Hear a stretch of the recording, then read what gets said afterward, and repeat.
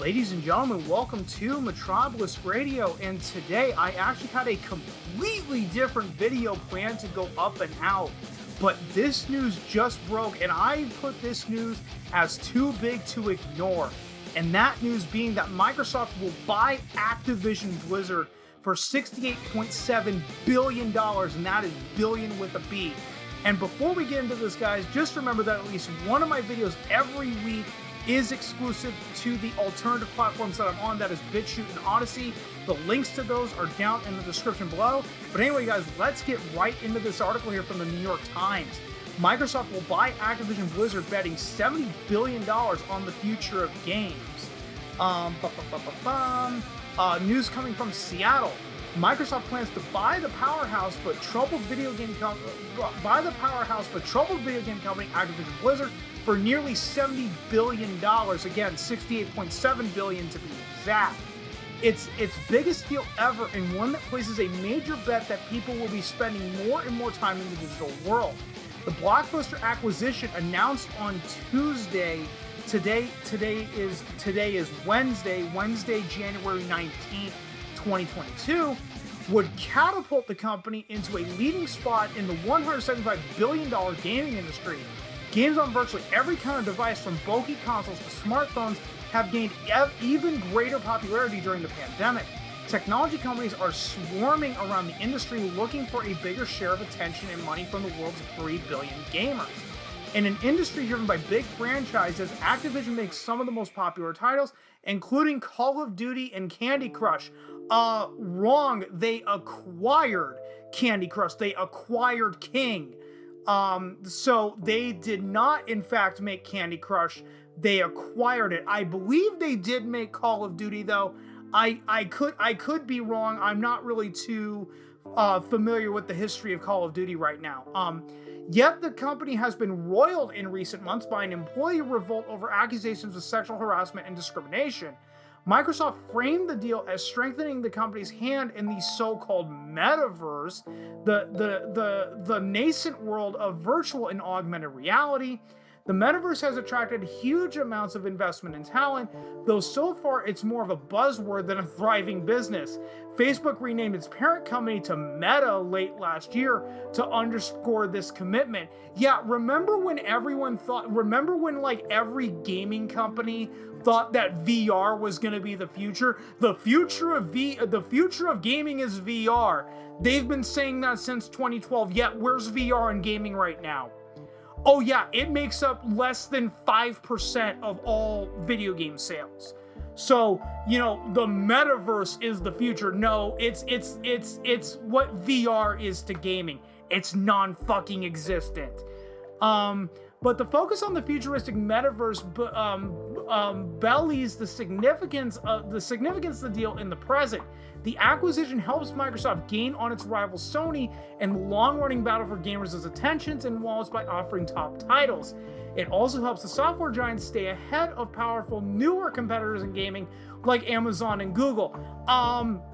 Google Stadia is fucking dead. I hate to break it to you, New York Times. Google Stadia has long been fucking dead. Is a dead fucking platform, and I haven't heard anything out of Amazon in terms of gaming. But you're also forgetting that Netflix is also wanting to get into gaming too. Phil Spencer, the chief executive of Microsoft's gaming business, said that whatever the metaverse may end up being, quote, gaming will be at the forefront of making that mainstream. For now, he said, the acquisition was about gaining a stronghold in mobile gaming, where Microsoft barely competes, and a studio that produces hugely popular games. He called Call of Duty, quote, one of the amazing entertainment franchises on the planet. Have you seen the sales figures for Call of Duty Vanguard? They are the lowest since Call of Duty 4 Modern Warfare. Now, sure, part of that has to do with the Activision-Blizzard scandal that pretty much destroyed their company. But how about the fact that there has been a brand new Call of Duty every fucking year since 2007, and there's going to be a brand new one this year in 2022. Maybe Call of Duty just needs to take a fucking break for a year. That's it. And here we go, right here. federal regulators may raise concerns about the acquisition, as Democrats and Republicans alike have pushed to limit the power of technology giants. On Tuesday, the Justice Department and Federal Trade Commission announced a new effort to broaden how it should determine if deals are anti-competitive. Microsoft is valued at more than $2.3 trillion, and that is trillion with a T. I don't know how you can be valued at $2.3 trillion, though. That, you know what that screams to me?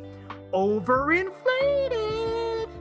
Second only to Apple. Yeah, Microsoft and Apple, in my opinion, this is not financial advice, are significantly overinflated. The takeover of Activision would make Microsoft the world's third largest gaming company by revenue, behind Tencent and Sony, the company said.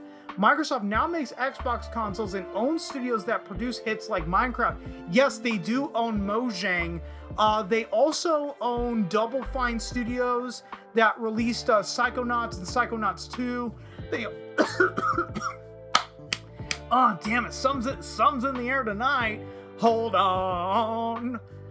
Anyway, where was my train of thought? Oh yeah, they also just acquired Ninja Theory, the people behind Hellblade: Senua's Sacrifice, and Ninja Theory made a shit ton of games long before then. They made a bunch of hack and slash games, which they really got known for. Oh shit, I may have to pause the recording and get some water here, but let's continue on. The game industry has been consolidating rapidly. A force behind that, and one that could grab the attention of regulators, is the arms race for exclusive content. Microsoft sometimes makes the games its own. Sometimes makes the game it owns available only on its own device, such as its Xbox console, and unavailable on those made by competitors like Sony's PlayStation. Now, exclusivity in the gaming space is kind of a gray area. The vast majority of people have absolutely no problem with first-party exclusives. Games that, like, well, Microsoft doesn't own it, but let's say Microsoft had an Xbox game studio, for example, that only made first-party games. It's only going to be available on Xbox.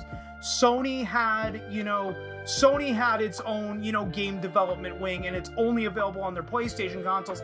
And obviously, Nintendo games like Super Mario Brothers, Kirby, Donkey Kong, all the stuff that they develop in-house is only available on Nintendo consoles. Most people don't have a problem with that.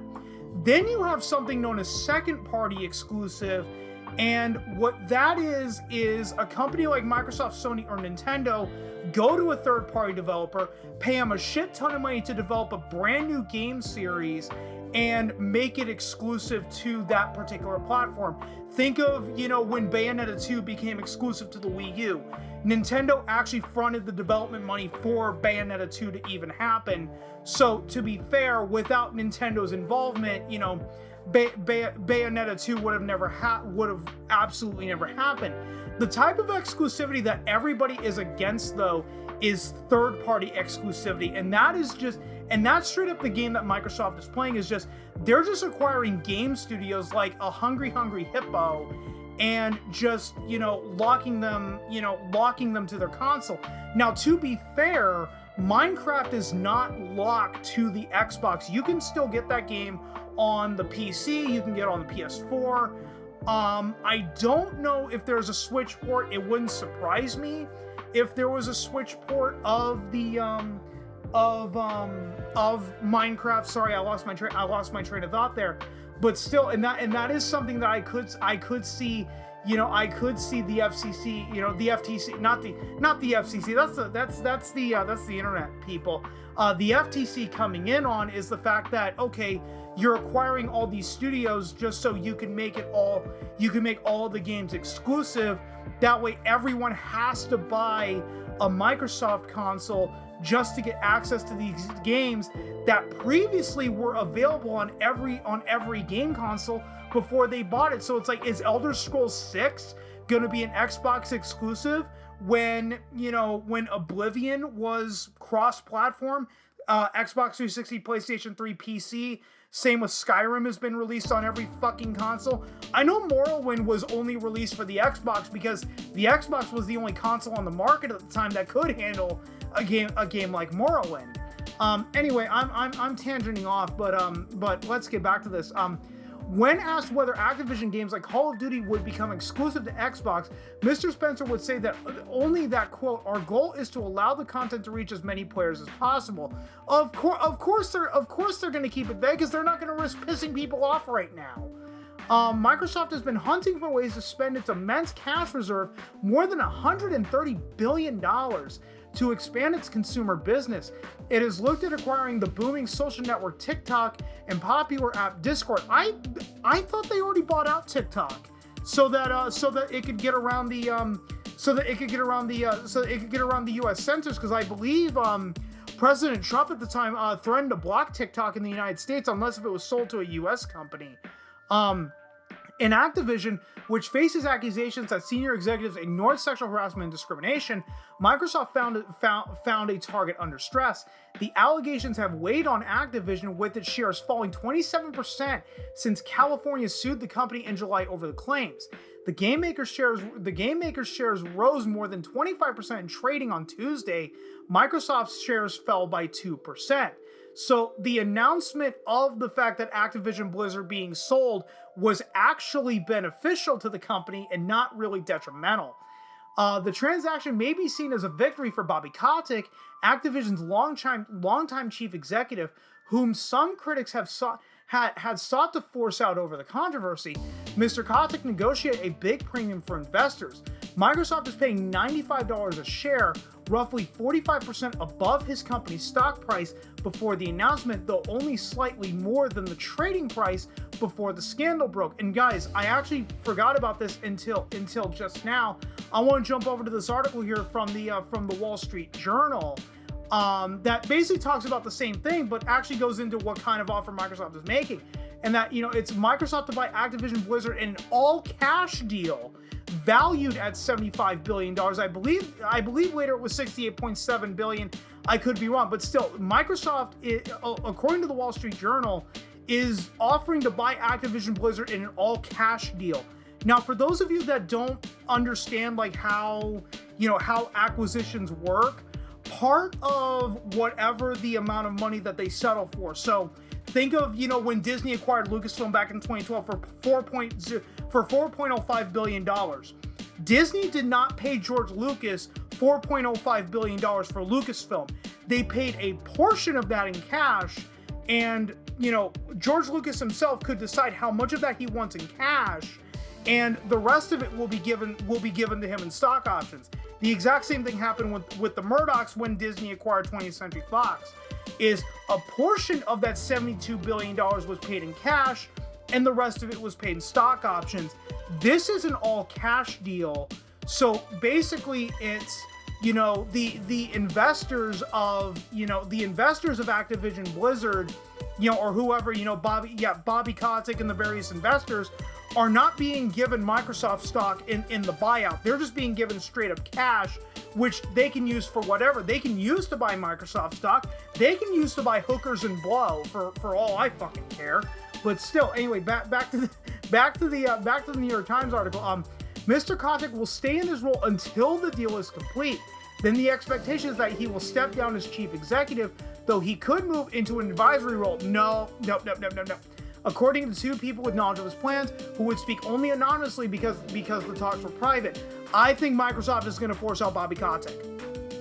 And I truly believe that is my prediction.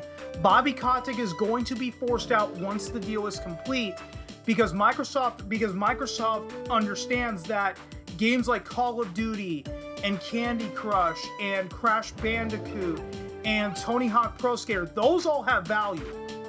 Bobby Kotick does not. Bobby Kotick is the albatross around Activision Blizzard's neck. And I know I left out games like Diablo, World of Warcraft, StarCraft. Actually, Blizzard hasn't made a StarCraft game in over 10 fucking years. But still, Bobby Kotick is the albatross around Activision Blizzard's head. He will absolutely be forced out once this deal is complete. If he's not, Microsoft better put their head between their knees and kiss their asses goodbye. The controversy at Activision began last summer of 2021, when a California employment agency sued the company over accusations of fostering a toxic workplace culture in which women were routinely sexually harassed and discriminated against. In the ensuing months, employees staged protests, launched social media campaigns, and called for executives to resign. Some top leaders at Activision did leave, including J. Allen Brack, the head of the Blizzard Entertainment subsidiary, and the company pledged $250 million toward increasing employee diversity and said it would strengthen anti-harassment policies. Yeah, that's all talk and no walk. But when the Wall Street Journal reported in November that Mr. Kotick had known for years about accusations of harassment against employees and in some cases had not taken action, calls for his resignation only grew. Doing a deal with Activision is something of an about-face for Microsoft, which as recently as November of 2021, was questioning the company's culture. In an email to Xbox employees that was earlier reported on by Bloomberg and confirmed by the company, Mr. Spencer wrote in November that he was, quote, disturbed and deeply troubled by the horrific events and actions at Activision. On Tuesday being January 18th, 2022, he appeared alongside Mr. Kotick to praise the deal, and Mr. Kotick said that he felt the two companies had, quote, similar values and think about our culture similarly. Yeah, that is one hell of an about face. Again, I think Microsoft understands there's value in the games, but no value in Bobby Kotick. Mr. Spencer said Microsoft, quote, sat down with Bobby and the team looked at the plan that they have in place, adding that company culture was always a work in progress. Quote, we are very supportive of the progress that he and the team are making. Current and former Activision employees who had been leading the efforts to get the company to reform its culture, did not think the purchase was likely to prompt change in the short term, especially because the sale may face a long review from regulators. Oh yes. Especially with how much the FTC is like really ramping up on antitrust. You know, you have this article here from Rolling Stone. This just came out January 5th, 2022. Is Live Nation and Ticketmaster are being sued yet again for predatory and exclusionary conduct. Consumers class action lawsuit revisits claims defendants have created a barrier to entry in the primary and secondary ticketing markets. You also have the fact that, you know, they just the FTC just sued to block NVIDIA's $40 billion acquisition of ARM, coming from CNBC. And where is it here? Right here in the article. I'm not going to read the whole thing. I'm just going to read the cliff notes. Is that, quote, the proposed vertical deal would give one of the largest chip companies, that'd be NVIDIA, control over the computing technology and designs that rival firms rely on to develop their own computing chips. ARM is a core supplier of architecture technology to most semiconductor companies.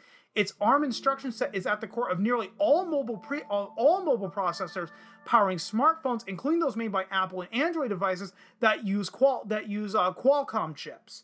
Where is it right here? The complaint alleges that the proposed merger would give NVIDIA the ability and incentive to use its control of this technology to undermine its competitors, reducing competition and ultimately resulting in reduced product quality, reduced innovation, higher prices, and less choice, the FTC said in its statement. So, why Microsoft thought that this was a great idea to acquire, you know, Activision-Blizzard now, you know, really just kind of is kind of beside me, knowing that the FTC is going really, really hard on these acquisitions now. Back to the New York Times article, the deal could take 12 to 18 months to close, Mr. Spencer said, and that is probably a very, very conservative estimate. If the deal even goes through at all, the FTC could in fact block it. Quote, we will continue to fight for improvement and stress proper employee representation, said Jessica Gonzalez, a former Activision employee and one of the organizers of a Better ABK activist movement. She added that this doesn't change anything, and I will you know, show the tweet, you know, right here. A different kind of tweet is Bobby is now secure in his position for at least 2 years. The biggest wait-and-see union bust ever. We press on as if nothing happened. The course isn't altered over this news. Game companies flush with cash since the pandemic increased the industry's profits have been consolidating rapidly. The previous record for the biggest merger in the game industry was set just last week when Take-Two Interactive, the creator of games like Grand Theft Auto, announced plans to buy the mobile game publisher Zynga for more than $11 billion. I forgot about that. And if I'm not mistaken, what's his name from Microsoft? The guy who absolutely fucked up the Xbox One. The guy that came in before Phil Spencer. Didn't he jump over to take over Zynga? I'm sorry, I can't remember the guy's name. The one that said, well, if you don't have an always online internet connection, we have another console, we have another product for you to buy. It's called Xbox 360. You know, he was the guy at Microsoft before Phil Spencer took over. The guy that completely, like I said, the guy that completely fucked up the Xbox One. I cannot remember his name off the top of my head right now. Last year, Electronic Arts and Take-Two engaged in a bidding war over Codemasters, a racing game company. And for those of you guys who don't know, Codemasters is the developer behind the Dirt series, and they also made a racing game in 2009 I really, really enjoyed. It was called Fuel, which was basically Dirt, but it was Dirt as if it was set in like the post-apocalyptic world. It was actually pretty cool. Oh shit, I've been talking a lot today. Eventually selling to EA for $1.2 billion. Microsoft made another splashy purchase in 2020 when it bought ZeniMax Media and its slate of gaming studios for $7.5 billion. And guys, Bethesda was owned by ZeniMax Media, and it was all over the news at the time. Activision itself was the product of serial deal making by Mr. Kotick over decades, rolling up smaller game studios. It took shape in its current form when Activision, then known primarily for producing titles for traditional gaming consoles, agreed to combine with the gaming unit of France's Vivendi to expand into multiplayer online games like World of Warcraft. Activision later bought King, the European gaming company behind Candy Crush, to expand to mobile games. King produced $1 billion in operating profit during the latest 12-month period. Quote, "Scale truly is a tremendous benefit in the world of gaming," said Hope Cochran, King's former chief financial officer, who is now a managing director at Madrona Venture Group. You want to build a community, and you need enough people to build it. Activision's gaming efforts are facing headwinds. Players panned the most recent Call of Duty release, and releases of titles like Diablo and Overwatch have been delayed. Yes, Diablo 4 and Overwatch 2 has been delayed several fucking times. Still, Activision remains quite profitable, reporting $639 million in profit in its most recent quarter. And a lot of that profit, sadly, has to come from a lot of the bullshit microtransactions from Candy Crush and, Call of Duty Warzone, if we're all being honest here. Mr. Kotick characterized the deal as a calculation that Activision did not have the tools to keep up with big tech companies like Google, Apple, Amazon, and Tencent in the rapidly evolving gaming space. Bull fucking shit! They are selling to Microsoft or whoever is willing to buy them because the Activision-Blizzard name at this point is damaged fucking goods. Okay, games like World of Warcraft, Diablo, StarCraft, Call of Duty, Tony Hawk Pro Skater. What else was another one? Candy Crush. I'm trying to think of other. Pitfall, the game that I'm currently showing you. Most people who know the industry, who know the history of Activision would know the significance of the gameplay footage that I'm showing you. Still, all of those games do have value. Bobby Kotick and the Activision-Blizzard name aren't even worth the mud on the bottom of your fucking boots at this point. Quote, "We realized it was going to be an increasingly competitive world with resources that we just didn't have," he said. Again, bull fucking shit! If the Activision-Blizzard name wasn't dragged through the fucking mud like it was over the last few months, I don't think they would ever be exploring a sale to Microsoft. I think they would hold on, but that Activision Blizzard name though now, like I just said 30 seconds ago, is not even worth the mud on the bottom of your fucking boots. And guys, I'm gonna go ahead and end it right here because I've gone on for as long as I need to go. If you stuck around this long, thanks so much for doing so. And if you've been following me long enough, you know I am terrible at ending these videos, so I will just see you guys next time.